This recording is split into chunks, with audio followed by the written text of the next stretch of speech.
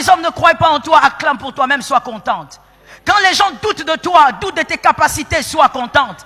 Parce que lorsque les hommes doutent, c'est là qu'il y a la main de Dieu. Là où les hommes ne doutent plus, il y a un petit problème. Lorsque les hommes ont douté de Joseph, Joseph a démontré qu'il avait un Dieu. Lorsque les hommes ont douté de Daniel, Daniel a démontré qu'il avait un Dieu. Les hommes doutent de toi aujourd'hui, en 2030, ils vont croire. En 2020, ils vont croire. En 2021, oh, je prophétisais. C'était déjà une prophétie. En 2021, ils vont croire. Ils sauront que tu as un Dieu. Tu n'es pas forte par toi-même, tu es forte par l'onction. Anointing. Forte par l'onction, pas à cause des hommes. Alors je dis à une femme, n'attends pas que les hommes te soutiennent, n'attends pas que les gens te soutiennent, n'attends pas que les gens te disent, oui, tu peux. Non, tu n'as pas besoin de ça, Dieu a déjà dit que tu peux. Et d'ailleurs, laisse-moi dire à une femme une chose, quand quelqu'un te dit, ah oui, je vois que tu sais très bien faire ça, en tout cas tu es magnifique, dis-lui, Dieu m'avait déjà dit. Dis-lui, Dieu m'avait déjà dit. La femme a un grand problème. La femme étant un être émotionnel, la femme aime beaucoup être encouragée.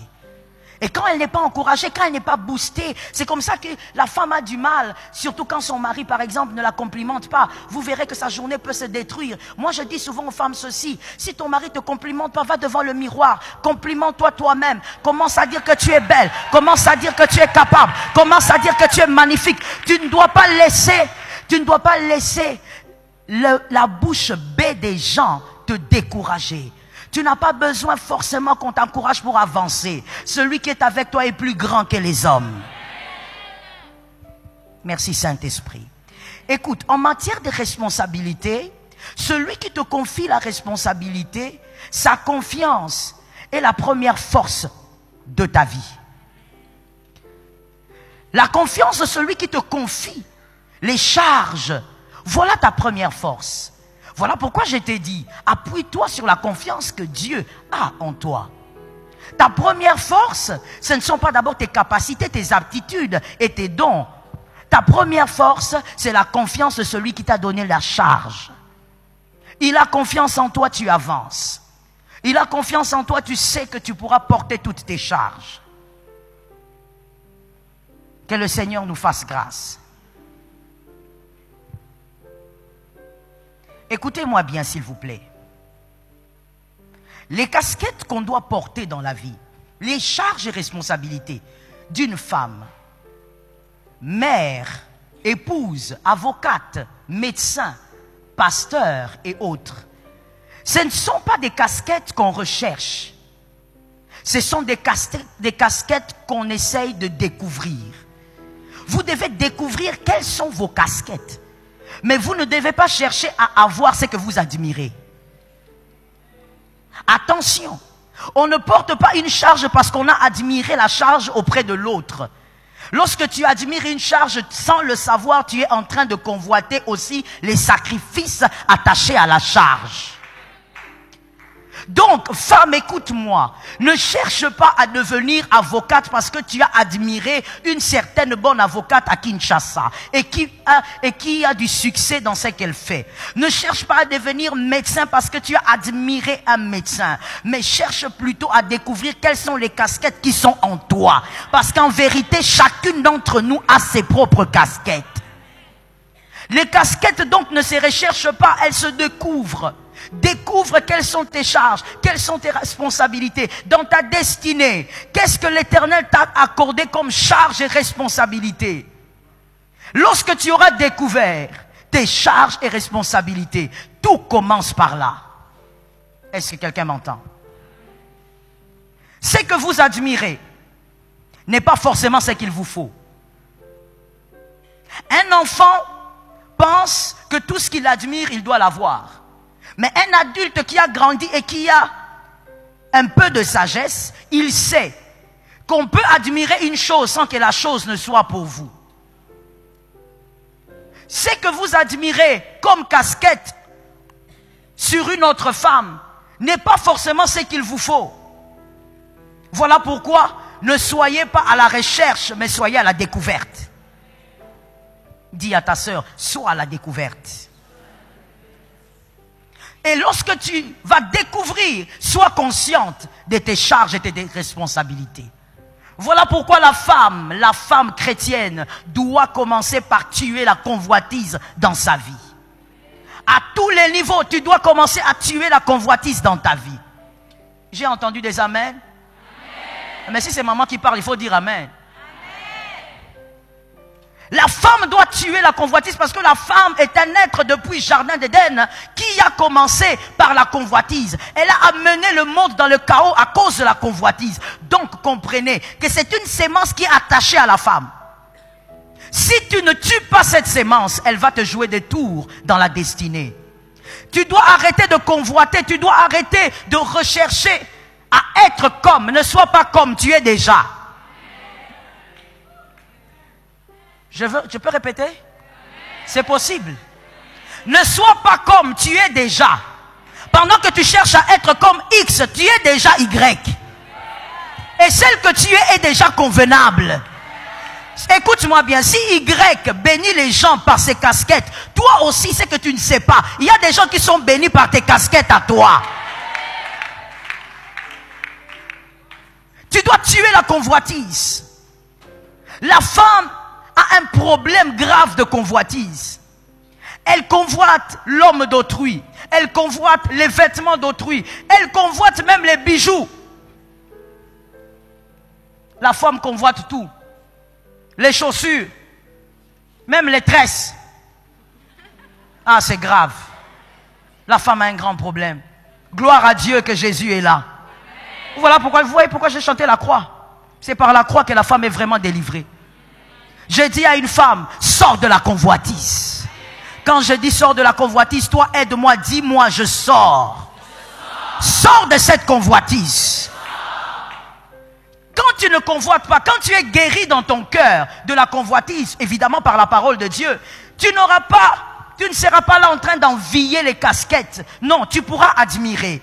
Tu pourras admirer et acclamer les autres casquettes. Mais tu vas te contenter de ce que Dieu t'a donné. Tu vas te contenter de ce que Dieu a déposé sur toi. Au nom de Jésus, que de cette conférence sortent des femmes qui se contentent de ce que Dieu leur a donné. Je peux parler. Je peux parler. Est-ce que je peux parler? Merci papa. Comme toi tu m'as dit avance, j'avance. Il y a des femmes qui sont devenues pasteurs sans avoir la grâce. Pourquoi elles sont devenues pasteurs? La convoitise. Elle a vu pasteur Jocelyne, elle veut être comme pasteur Jocelyne. Et comme ce n'est pas ta casquette, sur le terrain, tu vas faire des erreurs. Tu vas faire des bêtises.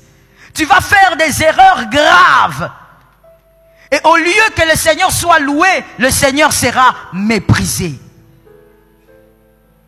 Ne convoite pas les casquettes. Tue cette chose en toi. Admire, bénis quand une chose est bien faite. Acclame quand une femme fait bien une chose. Voilà une autre chose que j'ai envie de dire ici. Je ne sais pas si je veux finir. Hein. J'ai senti que vraiment, je ne vais pas finir. Je n'ai pas encore commencé le message.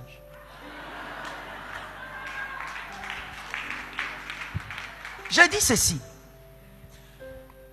Lorsqu'une femme fait une bonne chose, acclame-la. Voilà ce que j'ai remarqué sur le soleil, précisément au Congo. Les personnes qui enterrent les femmes sont les femmes. Celles qui ont dit oui, là sont intelligentes, elles savent ce qu'elles disent. C'est vrai. Les autres n'ont pas dit oui, peut-être que c'est l'hypocrisie. Les personnes qui écrasent les femmes, ce sont les femmes.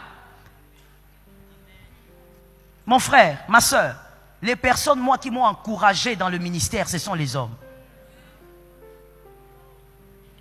Les femmes écrasent au lieu d'acclamer, d'admirer et de propulser. J'ai dit à une femme, c'est l'esprit de la convoitise et de la jalousie. Sors de cet esprit au nom de Jésus. Lorsque tu vois une bonne chose, admire la chose, acclame la chose, prie pour la chose, mais ne cherche pas à être elle, parce que toi tu es déjà toi. Et là où tu es toi, tu es irremplaçable à ta place. Ne bouge pas, parce que la place va rester vide. Toi tu veux être Jocelyne, qui va être toi? Ne vois-tu pas que tu vas laisser un grand vide? Or, l'Éternel n'aime pas les vides. Adonai t'a placé là parce qu'il n'aime pas les vides. Lorsque la terre était informée vide, il a fait quoi? Il a parlé que les choses arrivent. Dieu n'aime pas les vides. Ta place est irremplaçable. Personne ne peut te remplacer. Avec tes charges et tes responsabilités, écoute, madame, tu es épouse, tu es mère, tu es femme ménagère, tu es donc à la maison. Ce sont des casquettes à respecter. Je te respecte. Parce que tu as tenu des destinées entre tes mains. Écoute, bien-aimé, Dieu ne donne pas la charge de veiller sur les destinées à n'importe qui. Lorsqu'une femme est épouse, c'est-à-dire qu'elle tient la destinée d'un homme adulte entre ses mains.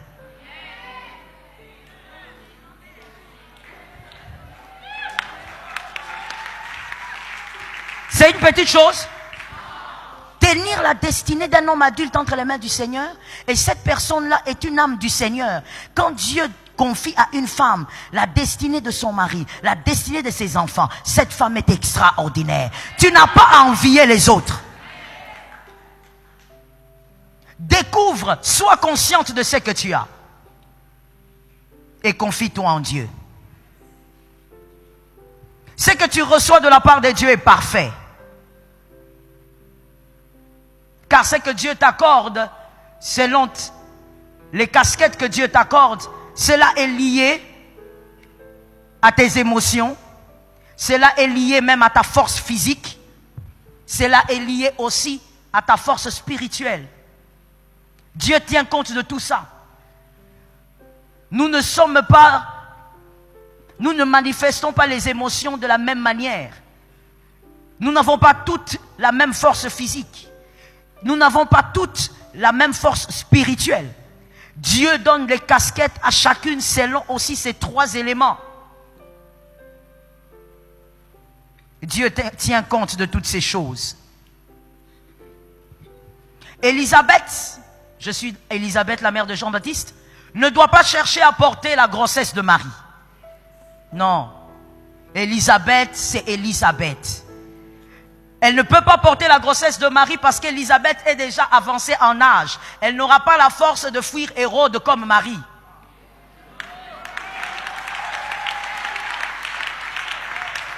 Chacun avec sa charge. Chacun avec sa capacité.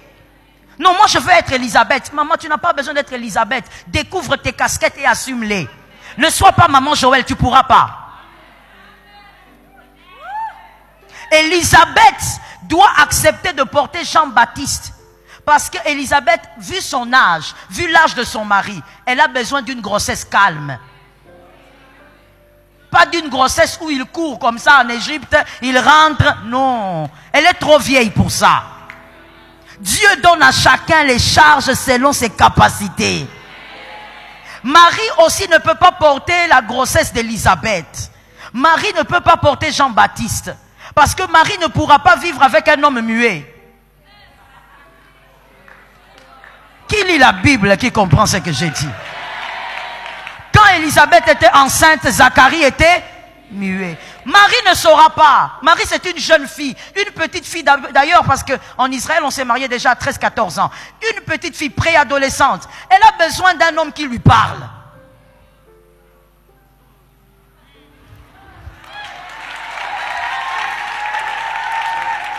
Elle a besoin d'un homme. Quand elle dit chérie, je t'aime, le gars qui répond, je t'aime tellement. Elle a besoin d'un homme à qui elle dit, est-ce que tu peux me gratter le dos? Viens là chérie, je veux te gratter le dos. Mais si tu portes la grossesse de Jean-Baptiste, tu seras muet comme Zacharie. Marie ne va pas supporter ça. À chacun sa grossesse. Rabashata. À chacun sa grossesse. Ne cherche pas à porter la grossesse que tu admires là, c'est lourd. Faut pas suivre le sourire. Faut pas suivre le sourire des femmes enceintes. Il y a des malaises qu'ils cachent dans la salle de bain. Ces malaises-là, à chacun de supporter ces malaises. Est-ce que quelqu'un m'entend? Si tu guéris, bien-aimé, de cette maladie de femme, de convoiter ce qu'il y a chez l'autre, tu seras à même de découvrir ce qui est à toi et tu auras conscience de ce qui est à toi. Tu vas assumer tes responsabilités correctement. Vous verrez des fois des filles en train de dire je ne sais pas trop à quoi Dieu m'appelle. Est-ce que tu as pris le temps de prier pour savoir à quoi Dieu t'appelle, ou tu te dis simplement je dois être comme Maman Blanche? C'est une maladie. Tu as passé toute ta vie d'adulte en train de dire je dois être comme. Tu n'as pas eu le temps de découvrir donc celle que tu es. Découvre tes grâces. Et l'Éternel est fidèle. Dans Esther 4,16, nous voyons comment Esther a été capable de découvrir ses responsabilités. Esther pensait qu'elle était simplement une reine. Et elle était contente de ça. Mais à un moment donné, Mardochée lui dit non, tu ne comprends rien. Peut-être que même c'est pour ça que tu es là. Et Esther se rend compte, Esther se réveille. J'ai dit à une femme ce soir, réveille-toi au nom de Jésus. Non, j'étais en train de dire, réveille-toi au nom de Jésus. Par la grâce de Dieu, même dans le songe cette nuit, que Dieu te montre à quoi tu as été appelé. Même dans une prophétie profonde dans le sommeil. Mais que Dieu te révèle à quoi tu as été appelé. Lorsqu'Esther a pris conscience de son appel, intercesseuse du peuple, Esther s'est levée, elle n'a plus eu peur de la mort. Avant la prise de conscience, Esther avait peur de la mort. Mais dès qu'elle a compris, Esther n'avait plus peur de la mort ne lui disait plus rien. Avant d'affronter tes charges, tu dois prendre conscience de tes responsabilités.